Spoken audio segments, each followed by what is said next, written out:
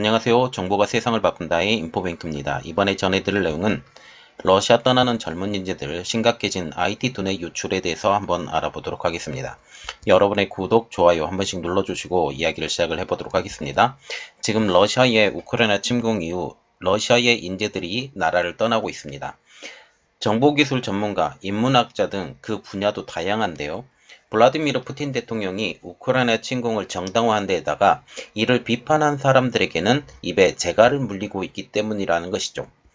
이들은 탈러시아를 통해서 푸틴 대통령이 통치하는 러시아의 기술과 지식을 약화시키는 것이 목표라고 말하고 있습니다. 다만 인접국에서는 러시아에 남아서 푸틴에게 맞서는 것이 아니냐라는 따가운 시선을 보이고 있다는 거죠. 다시 말해서 러시아에 있으면서 이 러시아를 변화시켜야 되지 떠나는 것은 말도 안 된다라는 그런 말도 지금 솔선치 않게 지금 나오고 있는 상황이죠. 그래서 이번에 알아볼 내용은 러시아 떠나는 젊은 인재들 두뇌 유출 심각입니다. 12일 영국의 BBC 방송에 의하면 러시아 엘리트들이 다른 국가로 떠나고 있다라고 전하고 있습니다. 20일 뉴욕타임즈도 전쟁이 장기화가 되면서 도시에 거주하는 젊은 고급 인력을 중심으로 러시아를 떠나는 사람들이 늘고 있다라고 보도를 하고 있죠. 그래서 영국의 방송, 미국의 방송, 이 공이 러시아를 떠나는 사람들이 많다. 그 중에 그 리더급들, 특히 IT 전문가나 인문학자들이 많이 포함이 되어 있다라고 보이고 있습니다. 뉴욕타임즈는 그 이후로 정부의 우크라이나 공격 및 여론 통제에 대한 반감, 그리고 서방의 경제 제재에 대한 위기감을 꼽았는데요.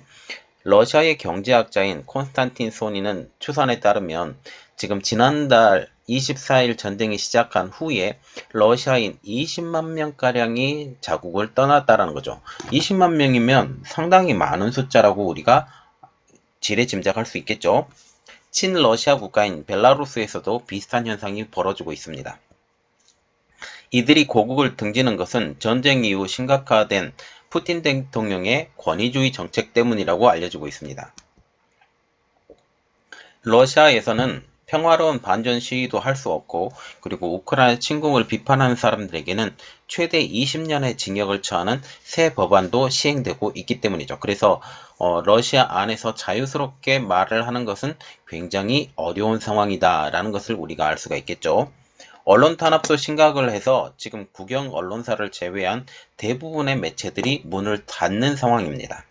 정치학을 전공한 에브게니 라미는 반전 시위에 참가했는데 우크라이나를 상징하는 노란색과 파란색 리본을 달고 있어서 체포되었다라고 하면서 그 이후 나라를 떠나기로 결심했다라고 BBC는 밝히고 있죠. 이런 현상은 주로 원격 근무가 용이한 IT, 미디어 산업의 프리랜서 직업군에서 두드러지게 나타나고 있습니다. 이들의 경우 수입이 해외 고객과 연계되어 있어서 외국과의 단절이 결국은 그들의 수입에 큰 문제가 되기 때문이죠. 키프로스에 본사를 둔 비디오 게임 개발 회사의 부분 소유주인 이반은 러시아를 떠난 대부분의 사람들은 전쟁을 반대하고 있다. 우리는 세계와 연결되어 있고 무슨 일이 일어나고 있는지 알고 있다라고 말을 하고 있습니다. 특별히 러시아와 같은 경우는 언론을 통제를 통해서 자국에 좋은 뉴스만 보내고 있는데 이들은 지금 IT 전문가와 같은 경우는 소셜 미디어를 통해서 많은 정보를 듣죠. 그래서 정확하게 무슨 일이 벌어지고 있고 현재 우크라이나 상황 그리고 러시아 상황에 대해서 정확하게 인지하고 있다는 내용입니다. 출국 행렬에는 언론인, 활동가, 블로거도 대다수 포함이 되어 있는 것으로 전해지고 있습니다. 현재 러시아 정부는 우크라이나와의 관련해 전쟁이라는 단어를 사용하는 것도 금지할 정도로 표현의 자유를 엄격하게 제한하고 있습니다. 다만 루브라의 가치가 폭락을 하면서 이들이 해외 생활도 점차 어려워지고 있다라고 뉴욕타임즈는 지금 짚었죠. 그래서 그들이 가지고 있는 루브라를 가지고 이것을 다시 달러로 바꾸려고 한다면 그들이 그 루브라의 가치가 한 90% 떨어졌기 때문에 지금은 상당히 올려놓은 상황이지만 그래도 그 전에 갖고 있던 가치보다는 상당히 떨어져 있기 때문에 이것은 문제가 된다라는 것이죠. 그리고 비자, 마스터카드와 온라인 결제 서비스 업체인 페이팔이 러시아에서 서비스를 중단하면서 러시아 국영 미르카드만 아르메니아를 비롯한 극소수의 나라에서 전자결제 방식으로 사용 가능한 상황입니다. 그래서 지금 러시아의 국영카드 미르카드만 사용할 수 있고 마스터, 비자, 그리고 페이팔 등은 전혀 사용할 수 없는 상황이죠. 구호단체에서 일하는 미라는 남자친구와 러시아를 떠나기 전날 달러화를 출금하기 위해서 3시간 동안 ATM기를 돌아다녀 보았지만 모두 실패했다.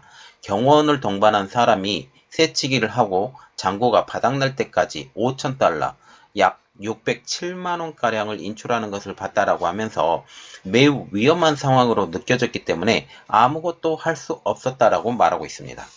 러시아를 떠난 이들 중 대다수는 아르메니아, 조지아, 터키를 향해 떠났는데 이 나라들을 보면 아르메니아, 조지아, 터키 같은 경우는 칠러 국가에 지금 편성되어 있는 나라로 볼 수가 있죠. 특히 소련의 일부였던 구소련이죠. 구소련의 일부였던 아르메니아는 이번 전쟁으로 중립을 선언을 하면서 러시아인이 비자와 여권 없이 최대 6개월간 머무를 수 있도록 허용하고 있기 때문이죠. 전쟁 발발 전에는 아르메니아에 등록된 러시아인이 3, 4천 명 정도였지만 한 관계자는 침공 이후 2주간 이와 비슷한 인원이 매일 입국했다라고 전하고 있어요. 그래서 아르메니아 같은 경우는 러시아의 많은 사람들이 그 아르메니아로 떠났다라는 것을 지금 볼 수가 있죠. 특별히 아르메니아 같은 경우는 지금 아제르바이잔과 전쟁이 다시 일어나는 이러한 상황까지 벌어지고 있기 때문에 지금 아르메니아, 아제르바이잔 이 내용에 대해서도 제가 다시 한번 분석해서 여러분들에게 올려드리도록 하겠습니다. 이 중 수천 명은 아르메니아에서 또 다른 나라로 이동했지만 지난주 기준 2만여 명의 러시아인이 여전히 아르메니아에 남아있는 것으로 추산이 되고 있습니다. 러시아를 떠난 이들은 자신들의 이민으로 러시아의 지식 기반을 약화시킬 수 있다고 주장하고 있죠. 한 비디오 게임 개발자는 반 푸틴 시위가 폭력적으로 진압되는 상황에서 우리가 할 수 있는 것은 오로지 러시아를 탈출하는 일이라고 하면서 그래야 우리가 가진 기술을 푸틴을 위해 쓰지 않기 되기 때문이라고 BBC는 설명하고 있습니다. 블룸버그 통신도 2차 세계대전 후 동유럽의 인재들이 공산화를 피해 서구 국가로 향했던 것과 비슷한 일이 러시아에서 벌어지고 있다고 하면서 결국 푸틴이 이 기술의 침체 때문에 공경에 빠질 것이라고 진단을 하고 있죠. 그러나 주변국들의 시선은 곱지 않습니다. 일부 에어비앤비 호스트들은 러시아인과 벨라루스인의 숙박을 거부하고 있는데요. 한 호스트는 벨라루스인 부부에게 당신들은 휴가를 보낼 때가 아니다. 나라로 돌아가서 부패한 정부에 대항하라고 말했다고 밝히고 있죠. 특히 인접국인 조지아는 2008년 러시아의 침공을 받은 기억이 생생해서 반감이 더욱더 큰 상황입니다. 벨라루스 출신 IT 전문가인 크리스티나는 조지아로 왔지만 마음이 편치 않다라고 하면서 이곳에서 괴롭힘을 당하지 않기 위해서는 국적을 숨겨야 한다라고 어려움을 토로하고 있죠. 그래서 이번에 가장 타겟이 되는 나라는 러시아를 제외한 나라는 벨라루스입니다. 왜냐하면 지금 우크라이나를 침공할 때 이 길을 열어줬던 나라가 벨라루스이기 때문이죠. 자, 그래서 우리가 볼 때 이러한 인재들이 유출이 되면 어떤 일이 벌어질 것이냐라는 측면에서 인재 유출 후폭풍, 장기적 성장, 잠재력 훼손입니다. 러시아의 우크라이나 침공은 푸틴의 20년 집권 중 최악의 실수로 평가받고 있습니다. 그 후유증도 15년 정도 갈 것이라고 미국의 CNBC는 평가하고 있는데요. 그간 푸틴 대통령은 20년 이상 장기 집권을 하면서 서방에 대한 강경 드라이브 정책을 구사함으로써 소련 제국을 그리워하는 러시아 국민들을 만족시켰습니다.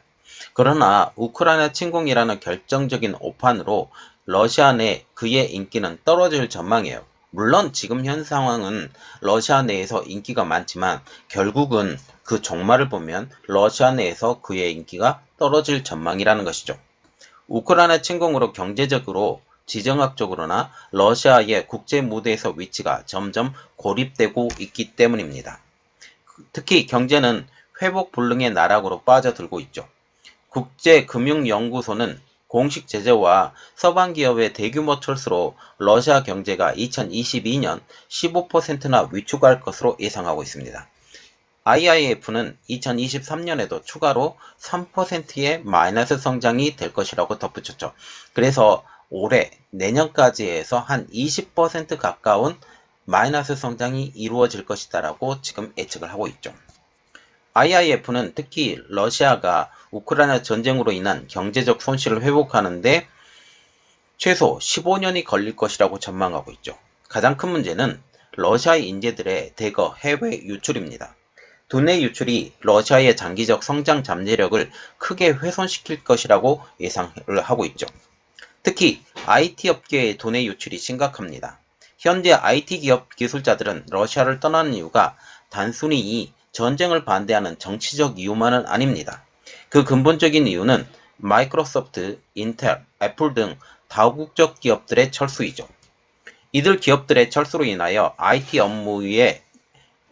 업계의 업무 자체가 어려워지고 지금 루브라 가치 폭락으로 경제적 손실이 커지고 있기 때문이죠. 러시아 전자통신협회인 RAEC에 따르면 우크라이나 침공 이후 러시아 IT 종사자 5만에서 7만 명이 러시아를 이미 떠났다라고 전하고 있습니다. 4월에는 추가로 7만에서 10만가량이 출국할 것이라고 예상을 하고 있죠. 니콜라이 누사로프 펜실베니아대 경제학 교수는 비즈니스 인사이더에 장기적으로 볼 때 두뇌 유출은 러시아의 가장 심각한 문제일 수 있다라고 전망을 하고 있죠. 러시아는 자원 강국이지만 2010년대 들어 IT 업계 등의 투자를 강화를 하면서 이를 성장 동력으로 삼고 있었는데 이번 문제로 인해서 많은 IT 업계의 그 인재들이 유출이 되면서 이 성장 동력이 꺼져버릴 수 있다라는 두려움 때문이죠. 미국의 IT 조사 기관인 IDC에 따르면 2019년 러시아 IT 산업의 가치는 248억 달러, 한국 돈으로 약 30조 2260억 원이며 종사자는 약 130만 명에 이른다라고 알려지고 있죠. 발등에 불이 떨어진 러시아도 인재 유출을 막기 위해 각종 방안을 내놓고 있는데요. 23일 더 타임즈에 따르면 러시아 정부는 IT 산업 종사자들에 대한 징집을 연기했고 부동산 담보대출 특혜까지 내놓으면서 러시아의 IT 산업 종사자들이 해외로 빠져나가는 것을 막으려고 노력하고 있죠. 반면 우즈베키스탄 등 러시아 인접 국가들은 러시아에서 오는 IT 인재들에 대한 유인책을 내놓고 있습니다. 러시아 전문 매체인 유라시아넷에 따르면 우즈베키스탄은 다음 달부터 IT 부분 종사자들을 위한 긴급 취업 비자를 발급하고 각종 세대 혜택을 제공한다라는 것이죠. 세르게이 플러그타렌코 RAEC 대표는 IT 업계 근무자들의 탈출을 막는 방법은 현재로선 없다라고 하면서 다음 달 대규모 인력 조출은 불가피하다라고 내다봤죠. 자, 지금 보시면 이번에 우크라이나 전쟁 때문에 이 러시아 경제 자체가 침체된 것보다 IT 업계의 인력 유출이 상당해서 이 경제의 그 마중물이라고 생각을 하고 그리고 결국은 장기적인 관점에서 투자를 진행했었던 IT 업계가 이제 쓰러져 가고 있다라는 것이죠. 이 내용이 결국은 러시아를 산업에서 퇴보시키는 역할까지 할 수 있다라는 것들을 생각하면서 러시아 산업은 지금 2차 세계대전 이후 많은 사람들이, 많은 기술자들이 미국으로 건너갔었던 그 사건처럼 이번에 또 다른 기술 유출이 인간적으로 그 산업 인력이 또 빠져나가면서 그때 당시의 사건들이 또 벌어지는 것이 아니냐라는 그런 측면이 있습니다. 이번 내용은 여기까지 하겠고요. 저희 내용이 여러분들에게 도움이 되셨다고 생각을 하시면 구독과 좋아요 그리고 알람 설정까지 부탁드리겠습니다. 감사합니다.